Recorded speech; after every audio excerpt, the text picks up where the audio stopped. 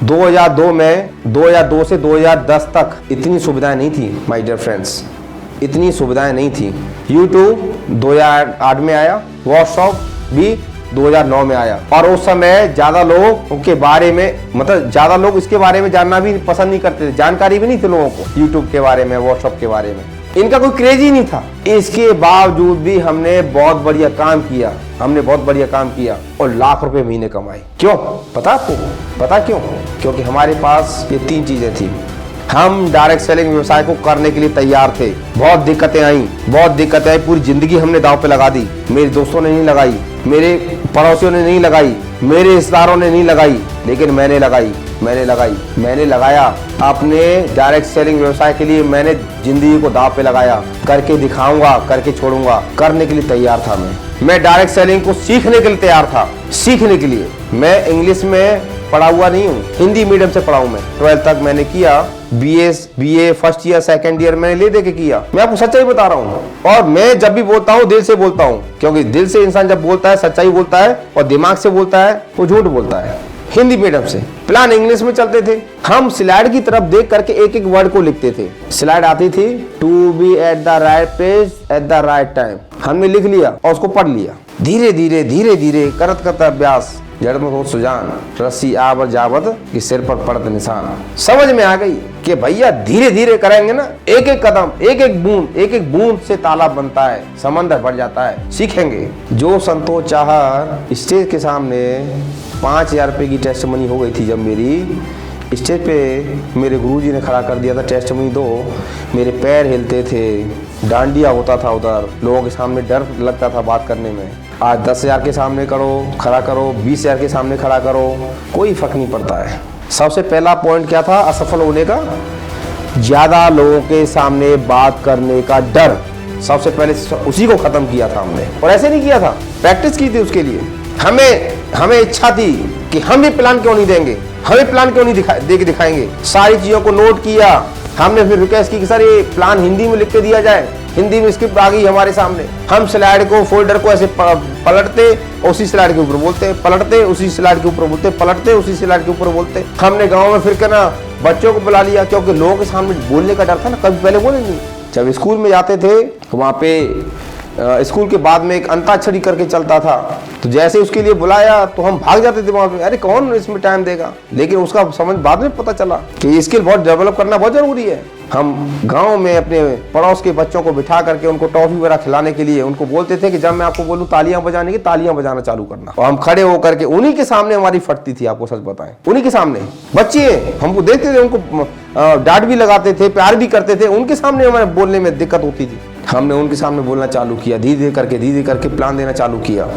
हमने 10,000, 5,000, 8,000 लोगों के सामने खड़े होकर के स्टेज पे प्लान दिया। सीखा। मैं डायरेक्ट सेलिंग व्यवसाय को करने के लिए तैयार था, मैं डायरेक्ट सेलिंग को सीखने के लिए तैयार था। निकालो ना आप कहाँ से सीखना है। आपको जब सीखना ही है तो आप सर्च करो ना। जब आपने पता है कि मेरे को महिंद्रा की गाड़ी लेनी है तो आप सर्च करो, कौन सी करोगे आप? ऑडी करोगे? महिंद्रा की करोगे ना। जब आपने पता मुझे सीखना है तो सीखना सर्च करो ना, अप्लायंस से बात करो, उनकी अप्लायंस से बात करो कि सर मेरे को सीखना है, बताइए कैसे सीखा जाएगा। आपको बताएंगे, हेल्प करेंगे, सिस्टम हेल्प करेगा। लेकिन जब आप ही ठंडे पड़े हो, सीखना नहीं चाहते हो, तो सिस्टम क्या करेगा? अपलायंस क्या करेगा? कुछ नहीं करेगा। आपको अपने अंदर भूख निकालनी पड़ेगी। दूसरी बात, मुझे बहुत सारा पैसा कमाने की भूख थी, यस, क्योंकि मैं इसी के लिए आया था माय डियर फ्रेंड्स। मैं पैकेज के लिए नहीं आया था, पैकेज तो मेरे किसी काम का ही नहीं था वो। मैं आया था पैसा कमाने के लिए। और मैंने उस समय, मैंने आपको फोटो में दिखाया उस समय चेहरा मेरा कैसा था। उस समय मैं 26 लाख से ज्यादा का अर्नर था, 26 लाख से ज्यादा पैसा मैंने कमाया था। डायरेक्ट सेलिंग व्यवसाय को दिल से सीखने के लिए तैयार था मैंने। ये मेरी कंडीशन थी, चेक में आने का, सिस्टम के साथ में गद्दारी करने का एक तरीके से। फिर चेक को छोड़ करके फॉर्मल में आ गए, लेकिन टाई नहीं। उसके बाद में टाई लगाना चालू किया। ये मेरी फोटो है सर, आप देखिए, जमीन आसमान करता रहे। पहले मैं बुढ़ा लगता था, आज मैं जवान लगता है ना। लिखो, अगर आपको ऐसा लगता है कि मैं आज जवान लगता हूं तो यस लिख के डालिए आप, यस लिखिए। कोई है मेरा भाई? पहले हम बुजुर्ग लगते थे।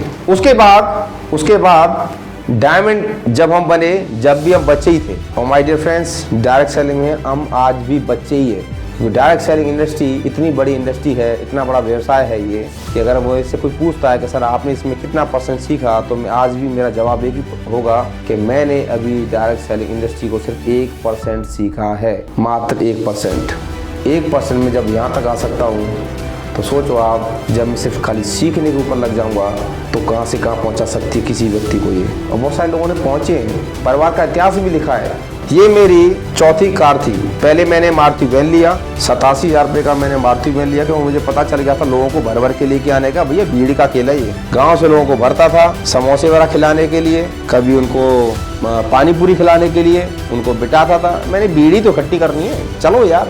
मारुति वैन में बिठाया, 87,000 रुपये की ली थी और टी में 95,000, 95,000 रुपये की उसको बढ़ा करके बेच दिया। लोगों ने बोला संतोष सर की गाड़ी है, ये तो लकी है। और वाकई में जिसने ली थी उसने भी दबा के पैसा बनाया। 87,000 रुपये की मारुति वैन ली। उसके बाद में हमको एसी का ज्ञान नहीं था कि एसी क्या होता है, बिल्कुल गांव से रहने वाले थे। किसी ने बताया कि भाई गाड़ी में एसी भी होती है, गर्मी में ठंड लगती, जो ठंडा हवा देती ना, मैंने अच्छा एसी भी होती है, तो मारुति 800 ले लिया हमने। मारुति 800 के बाद में किसी ने बताया कि भाई मारुति जैन की एसी बड़ी पावरफुल है, तो हमने मारुति जैन ले लिया। मारुति जैन को लेकर के हम एक दिन प्लान दिखाने के लिए जा रहे थे आगरा से धौलपुर। कैलाश राणा जी की वहाँ पे पेट्रोल पंप थी। एक दिन पहले बारिश हुई, दबा करके बारिश हुई, तो जो टैंक रहता है पेट्रोल का उसमें पानी चला गया।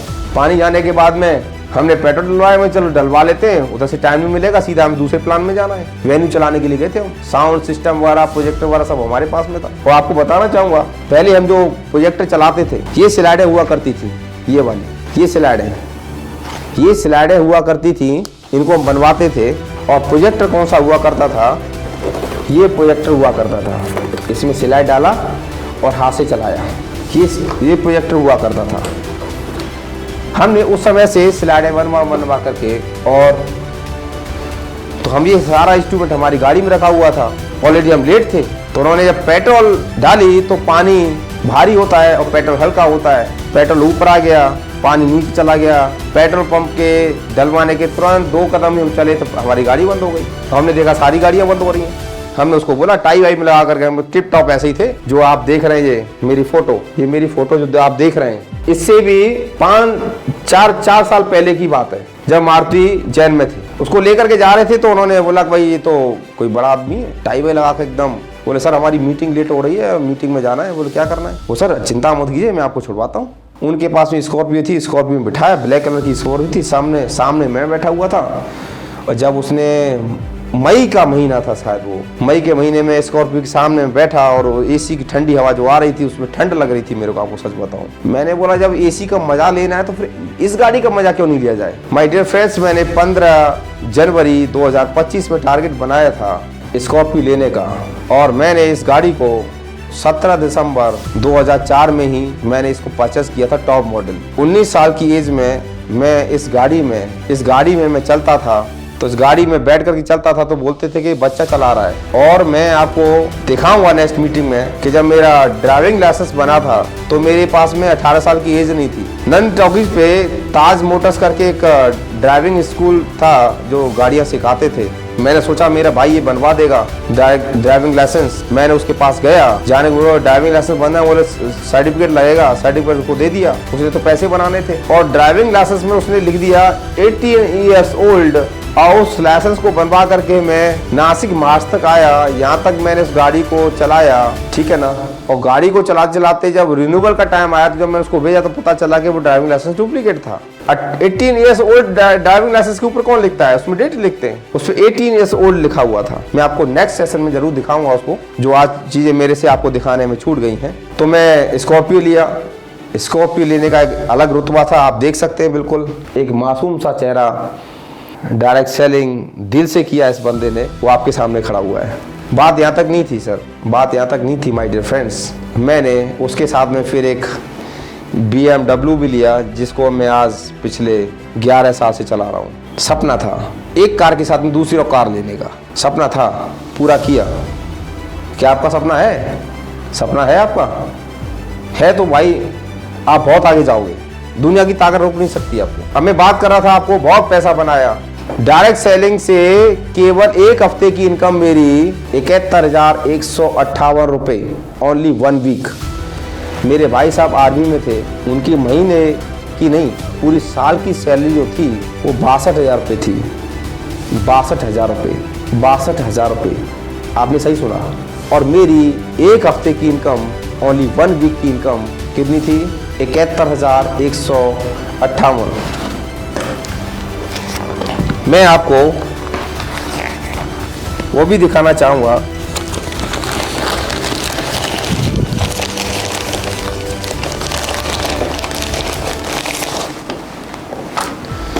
आपको मैं ड्राइविंग लाइसेंस की बोल रहा था, ये मेरा ड्राइविंग लाइसेंस है। यहाँ पे लिखा हुआ, यहाँ पे मेरी उंगली है ना, 18 ईयर्स ओल्ड, 18 ईयर्स ओल्ड। ये मेरा फोटो लगा हुआ है, रिन्यूअल के लिए भेजा तो पता चला ये डुप्लीकेट था। 18 ईयर्स ओल्ड, 18 ईयर्स ओल्ड।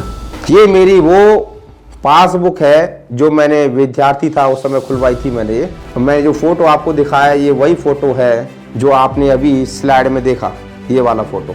इसके अंदर जो मैंने आपको एंट्री दिखाया ये पासबुक है आप पंजाब नेशनल बैंक की। इसमें मैं आपको जो दिखा रहा था एंट्री 71,100, ये सारे के सारे डायरेक्ट सेलिंग के इनकम से ही मेरा पेमेंट था इसमें। ये मैं आपको दिखा रहा हूँ, आप देखेंगे इस एंट्री को। ये पासबुक है पंजाब नेशनल बैंक की, आप जाकर के पूछ सकते हैं। 71,158 यहाँ पे लिखा हुआ है स्क्रीन के ऊपर, बाई चेक।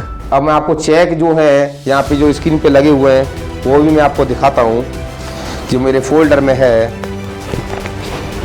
13,938 रुपये 16/1/2004 में और 57,220 रुपये 16/1/2004 में। ये पूरा फोल्डर, पूरा फोल्डर।